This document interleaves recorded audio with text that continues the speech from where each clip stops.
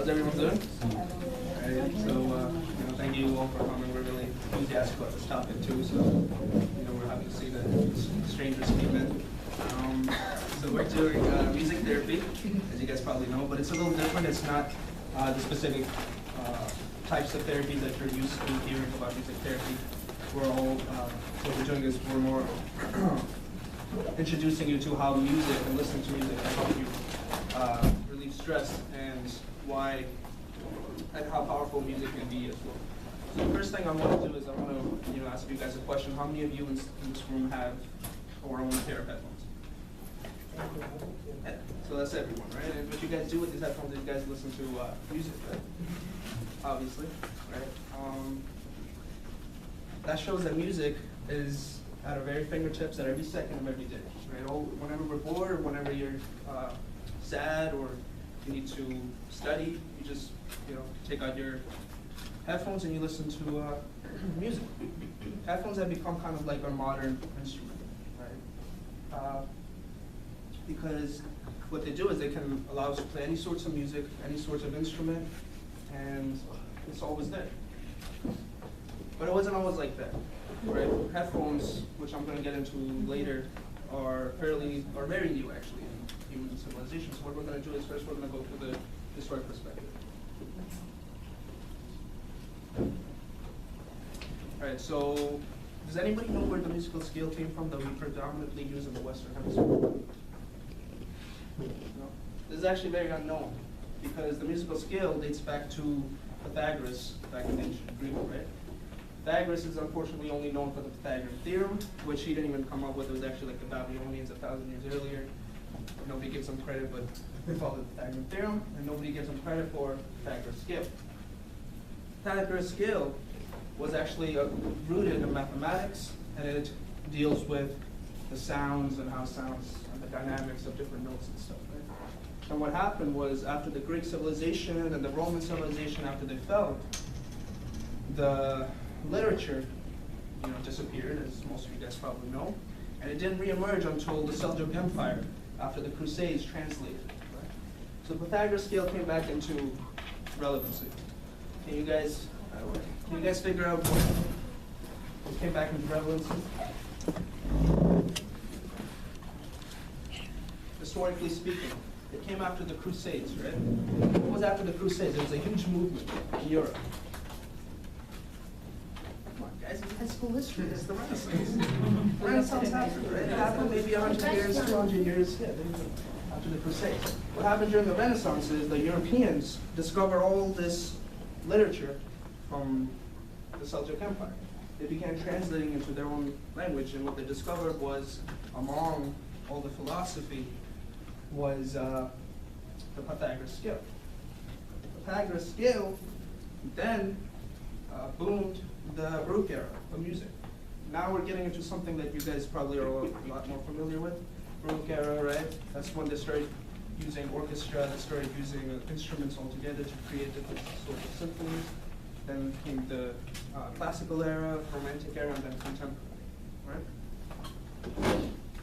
What's interesting is that orchestrated music is only 600 years old. Before that, it was inspired by church music. Before orchestrated music, it was all religious. There was a very specific reason people listened to music, and that was for governmental decrees, it was for mysticism, it was for traditional values and whatnot. It wasn't really for entertainment. Right? Can you listen? All right. So we're kind of spoiled because we take music for granted nowadays. We really do. Because we have music available at every second of the day, and what we don't realize, and this is something that I'm proposing, you guys probably hardly ever thought about that, is that just 100 years ago, you couldn't listen to music unless you were either really rich, from royalty, or you knew how to play an instrument. And even then, the music that you played was specific to a specific instrument, right? You couldn't play an instrument from Asia because you were in the western side of Europe. You couldn't play an instrument from the north, you couldn't play an instrument from the south. It was all very specific to where you live. So that already minimizes your exposure to different sorts of music. And there's different types of musical scales because of this too. Not just the Pythagoras scale, there's all different types of scales because people had different sorts of instruments and music. Has anybody heard of throat singing, Mongolian throat singing? Yes. Yeah, right? Nobody else has that sort of music except for Mongolians because of how separated they were and they developed their own culture out of it. And we don't really find that attractive, at least I don't find throat singing that attractive because we were never exposed to it. Right?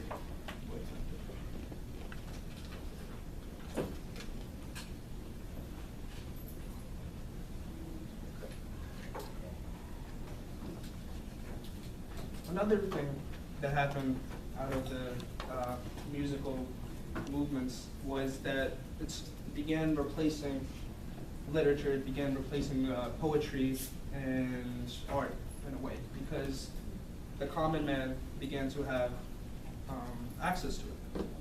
Before, like I said, it was very isolated. You couldn't even listen to music unless you knew how to play it. And then when you get your hands on the radio in the 20th century, when you start getting TV, the common man begins using music, listening to music, adopting music as their hobby, and that, in my opinion, replaced the high influence of literature and poetry on the population. All right. What this does, and it's actually really interesting, is that using and listening to this much music all around the world, the music begins becoming a defining part. It starts defining cultures, it starts defining people in various ways. You start learning about people just through their music, and we often overlook how powerful music can be in this regard.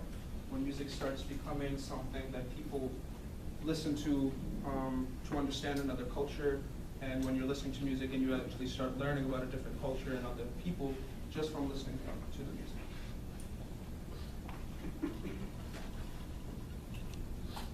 Like I was saying, music throughout history has been used for religion. It's been for traditional values, celebrations, right? It's been used for all these sorts of things and not just entertainment. Only very recently music's been used for entertainment. And we need to start using music in a way that can transcend beyond just cultural expression. We need to start using music that's more than just for entertainment. We need to start using it cognitively for scientific purposes, for good reasons. But for this part, I want to show you guys a video that is.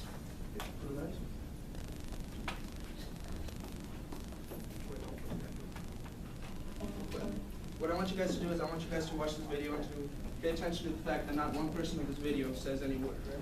Not one word is spoken between any player. Yet you will learn a lot about each personality of the players just from what they're playing and their style of playing. All right, so I'm going to show you, I can't show you the entire video, but I will show you a little bit, and I want you guys to pay attention to how each style plays, and I'm going to be asking questions.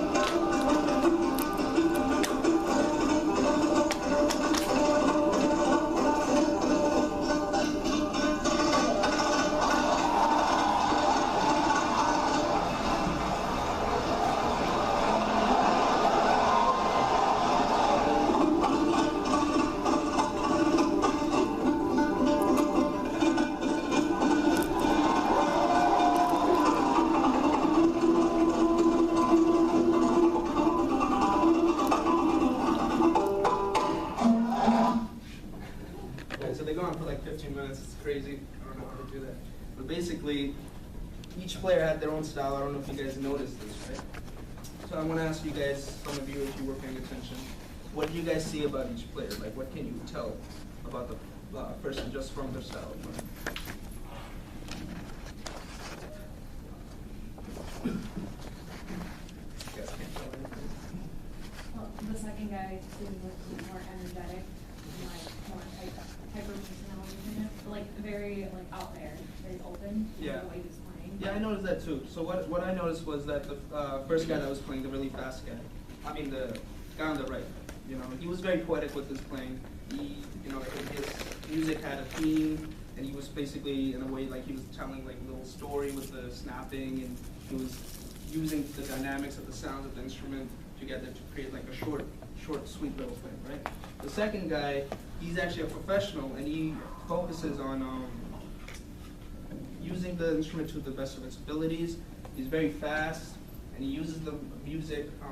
He shows the beauty of the instrument through what he can do with it. He plays really fast. He pushes it to its potential. So that's basically what I saw about each player, was that they have their own styles of playing, and it reflects on the personalities. I feel like the poetic guy, he was enjoying the music a lot more. He wasn't really focused on the performance as much. And the second guy, he just wanted to, you know, show off the other guy, like how much, you know, what I can do, like putting it around his back and stuff. So, and what's really important about this video is that this is how people used to consider music in the past. They used to consider it as a part of a performance. You know, you guys want to listen to this walking down the street. Well, you guys want to watch this anyways. Like nobody, that even that was there, they wouldn't be walking down the street, and I doubt they would be listening to this like they do with other music, right? Because this type of music was a part of a performance. It only complemented what people used to do on stage. Right? You go back in history, look at classical performances, right? Symphonies, orchestras. They're meant to experience the conductor. You know, you're supposed to go and you're supposed to sit down and you're supposed to enjoy it, right? And then music's changed, of course. All right. So the modern music has taken a different turn. It's not so much as a symphony anymore. It's more of a pattern, right? It's more of a rhythmic pattern that is supposed to entice our brain. It's supposed to make us feel good about, you know, cognitively. It's become neurotic in a way, almost drug-like, right?